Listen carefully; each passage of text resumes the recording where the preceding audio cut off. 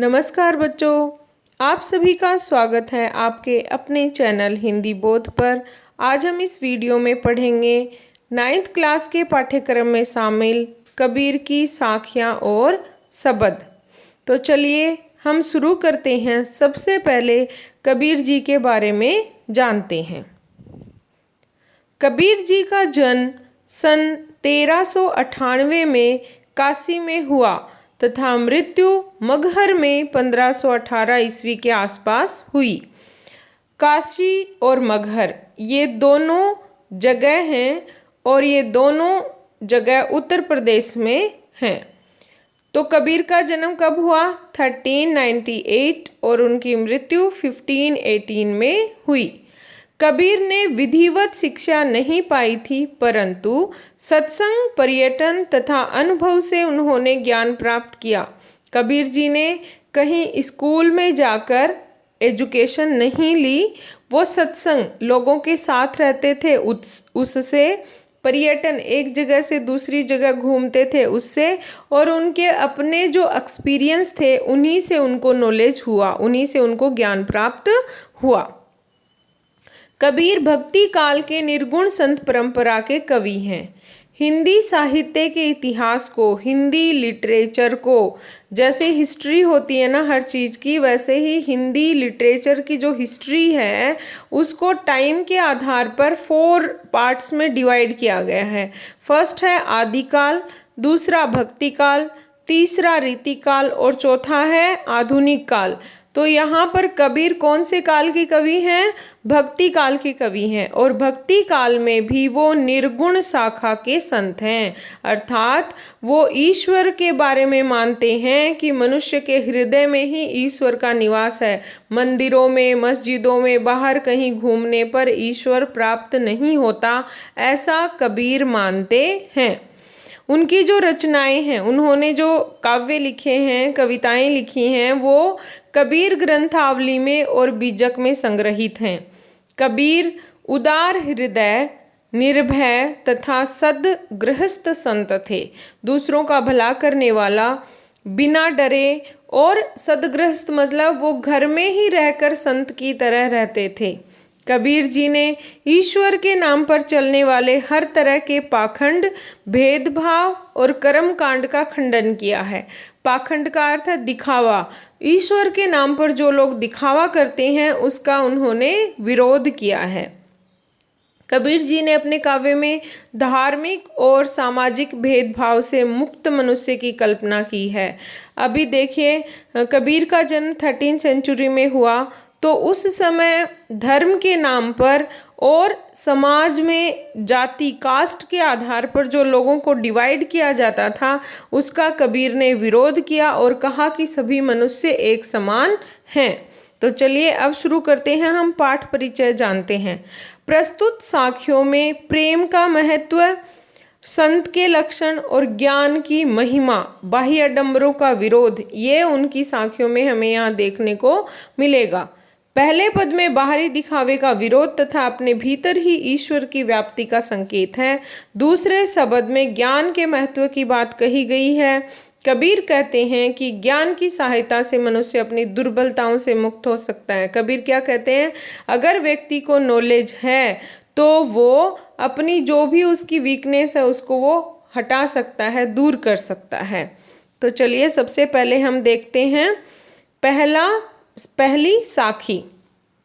अब देखिए, ये जो साखी है उसको हम गाकर अगर याद करते हैं, जिस प्रकार हम किसी सॉन्ग को याद करते हैं, सुनते हैं तो वो जल्दी याद हो जाता है, इसी प्रकार अगर आप गाकर इनको याद करोगे तो आपको ये जल्दी याद हो जाएंगी। तो हम गाकर इसको सुनते हैं। मानसरोवर सुभर जल, हंसा केली कराही, मुक्ता फल मुक्ता चुगे, अब उड़ी अनंत न जाहि कबीरा, अब उड़ी अनंत न जाहि। अब देखिए, इस उच्चारण के आधार पर ऐसे गाकर भी आप इसको याद कर सकते हो, नहीं तो आप आराम से भी पढ़ सकते हो। मान सरोवर सुभर जल, हंसा केली कराही, मुक्ता फल मुक्ता चुगे, अब उड़ी अनंत न जाही। अब देखिए, अब हम सबसे पहले देखते हैं इसका शब्दार्थ। मानसरोवर ये जो नाम दिया है, ये है एक झील, एक लेक है। हिमालय के उत्तर में स्थित एक प्राकृतिक झील। तिब्बत के क्षेत्र में एक प्रसिद्ध झील जो कैलाश पर्वत के नीचे है और जो बहुत पवित्र और बड़े तीर्थों में मानी जाती है। यहाँ पर मानसरोवर के यहाँ अर्थ बताया है विस्तार से। हठ योग में सहस्रार चक्र जिसे कैलाश भी कहते हैं, और इसी दृष्टि से जिसमें उस भाव सरोवर की भी कल्पना की गई है जिसमें निर्लिप्त चित्त रूपी हंस विहार करता है। तो आप ये समझिए कि मानसरोवर जो है वो एक झील है। ठीक है, तो हंस का मतलब क्या है? हंस है पक्षी जिसको कहते हैं स्वैन। सुभर, सुभर का अर्थ है भरा हुआ। जल पानी, केली खेलना, कराही करना, मुक्ताफल मोती, चुगे खाना। बर्ड क्या करते हैं, पक्षी क्या करते हैं, चुगते हैं ना, तो उसको खाना। उड़ी उड़ना, अनंत दूसरी जगह, जाही जाना। अब हम इसका अर्थ देखते हैं। देखिए, मानसरोवर सुभर जल, तो यहाँ पर क्या कहा है? मानसरोवर क्या है? एक झील है। सुभर मतलब भरी हुई, फुल है जल से। मानसरोवर जो झील है वो पानी से भरी हुई है। हंसा केली कराई, और उसमें जो हंस पक्षी है वो उसमें खेलता है। केली मतलब खेलना, कराही मतलब करता है, खेल करता है। मुक्ता फल मुक्ता चुके, और मुक्ता फल का यहाँ पर अर्थ है मोती, और वो क्या खाता है? उस झील में मोती खाता है। उड़ी अनंत, अब उड़ी मतलब उड़ना, अनंत मतलब कहीं और, न मतलब नहीं, जाही मतलब जाता है, और अब वो उड़कर कहीं और नहीं जाता है। तो यहाँ देखिए, एक झील है जिसमें स्वैन पक्षी रहता है, और वो क्या खाता है? मोती खाता है, और वो इतना खुश है वहाँ पर, कहीं और उड़कर नहीं जाता। अब ये तो इसका सीधा सीधा अर्थ है। प्रतीकार्थ में कबीर क्या कहते हैं? मानसरोवर का अर्थ है मनुष्य का हृदय।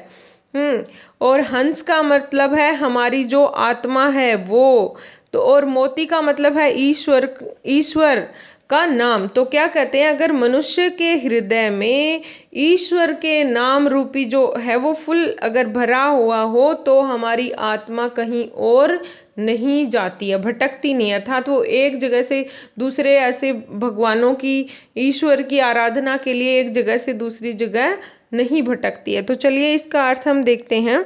कबीर दास जी ने अपने इस दोहे में हमें ये बताया है कि मुक्ति का मार्ग हमें केवल प्रभु भक्ति से ही मिल सकता है, और उसी से हमें परम आनंद की प्राप्ति होती है। इसी कारण से उन्होंने उपयुक्त दोहे में हंसों का उदाहरण प्रस्तुत किया है, जो मानसरोवर के जल में क्रीड़ा करते हुए मोती चुग रहे हैं। उन्हें इस क्रीड़ा में इतना आनंद आ रहा है कि वो इसे छोड़कर कहीं नहीं जाना चाहते। ठीक इसी प्रकार अगर मनुष्य भी खुद को ईश्वर की भक्ति में लीन कर लेगा और परम मोक्ष का आनंद प्राप्त कर लेगा, तो फिर उसका ध्यान कहीं और नहीं भटकेगा। उसे प्रभु की भक्ति में रहने वाला आनंद और कहीं नहीं मिलेगा। फिर वह प्रभु की भक्ति में ही मग्न रहेगा और इस मार्ग को छोड़कर कहीं और नहीं जाएगा। ये था हमारा पहला साखी का अर्थ। चलिए दूसरी साखी देखते हैं।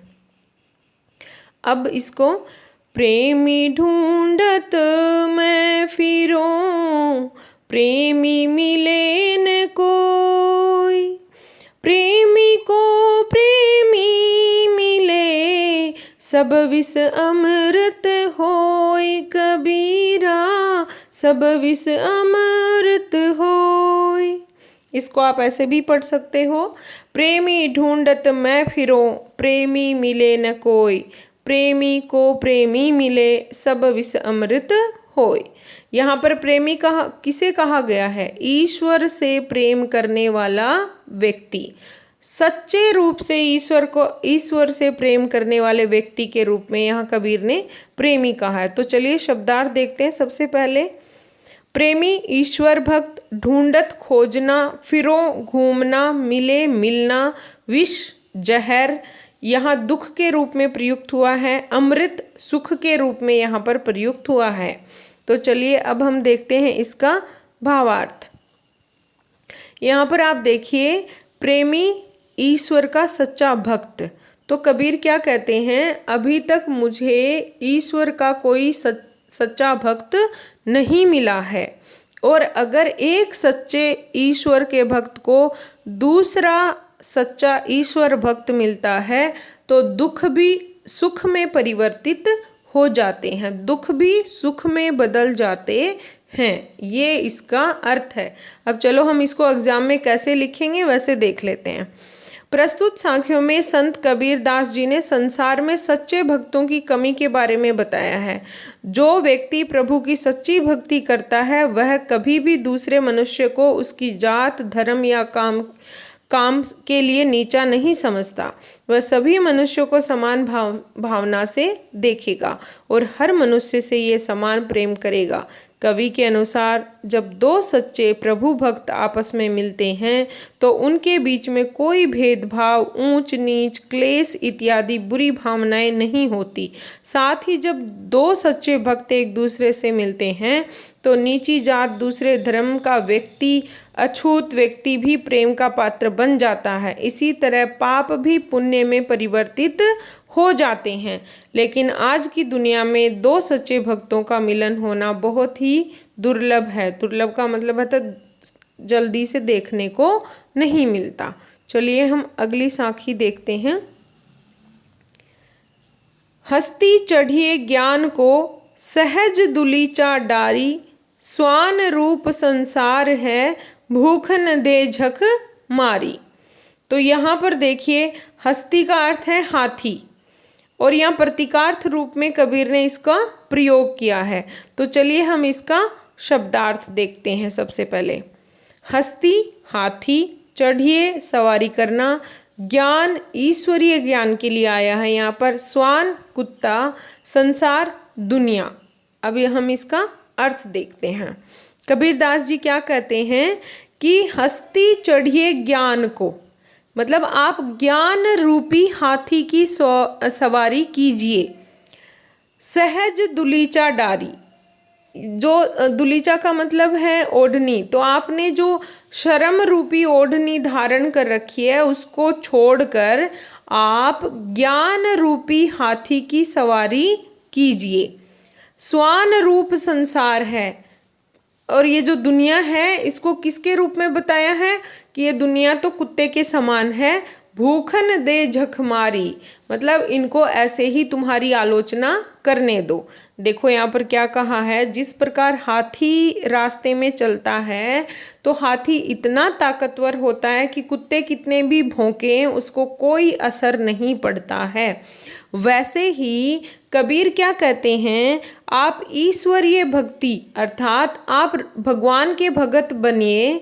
अगर कोई व्यक्ति, संसार का कोई व्यक्ति अगर आपकी आलोचना भी करता है तो उसको आप इग्नोर कीजिए। जिस प्रकार हाथी कुत्ते के भौंकने से उसको कोई फर्क नहीं पड़ता, उसी प्रकार जब आप ईश्वर की भक्ति करते हो तो संसार आपकी कितनी भी बुराई करे उसको आप इग्नोर कर दीजिए। संसार बुराई क्यों करता है? क्योंकि समाज उन्हीं व्यक्तियों को पसंद करता है जो उसकी तरह रहता है। अगर आप भगवान की भक्ति करेंगे तो वो आपको संत कहकर या कुछ और नाम देकर आपकी जो आलोचना करेंगे, तो कबीर कहते हैं ऐसा उनको करने दो। तो यही इसका अर्थ है। अब हम देखते हैं कि आप परीक्षा में इसको कैसे लिखेंगे। कबीर दास जी ने प्रस्तुत पंक्तियों में हमें संसार के द्वारा की जाने वाली निंदा मतलब आलोचना, बुराई की परवाह किए बिना ज्ञान के मार्ग पर चलने का संदेश दिया है कि तुम ईश्वर को याद करो, चाहे कोई भी तुम्हारी कितनी बुराई करे। उनके अनुसार जब हाथी चलते हुए किसी गली मोहल्ले से गुजरता है तो गली के कुत्ते व्यर्थ ही भौंकना शुरू कर देते हैं। असल में उसके भौंकने से कुछ बदलता नहीं है और हाथी उनके भौंकने की परवाह किए बिना स्वाभाविक रूप से सीधा अपने मार्ग में चलते जाता है। ठीक इसी तरह कवि चाहते हैं कि हम अपने ज्ञान रूपी हाथी पर सवार होकर इस समाज की निंदा की परवाह किए बिना निरंतर भक्ति के मार्ग पर चलते रहें।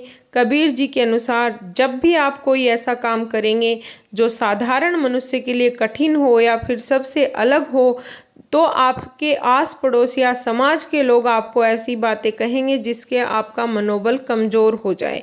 इसलिए कवि चाहते हैं कि हम इन बातों को अनसुना कर दें, इग्नोर कर दें और अपना मनोबल ऊंचा करके अपने कर्म पर ध्यान दें। ये था इसका भावार्थ। तो ये हमने अभी पढ़े 3 साखियाँ। अगले वीडियो में हम इससे आगे वाली साखियाँ पढ़ेंगे। अगर आपको ये वीडियो पसंद आया है तो लाइक ज़रूर करें। अगर आप इस चैनल पर नए हैं तो सब्सक्राइब करें ताकि आपको नई वीडियो मिले। और थैंक यू।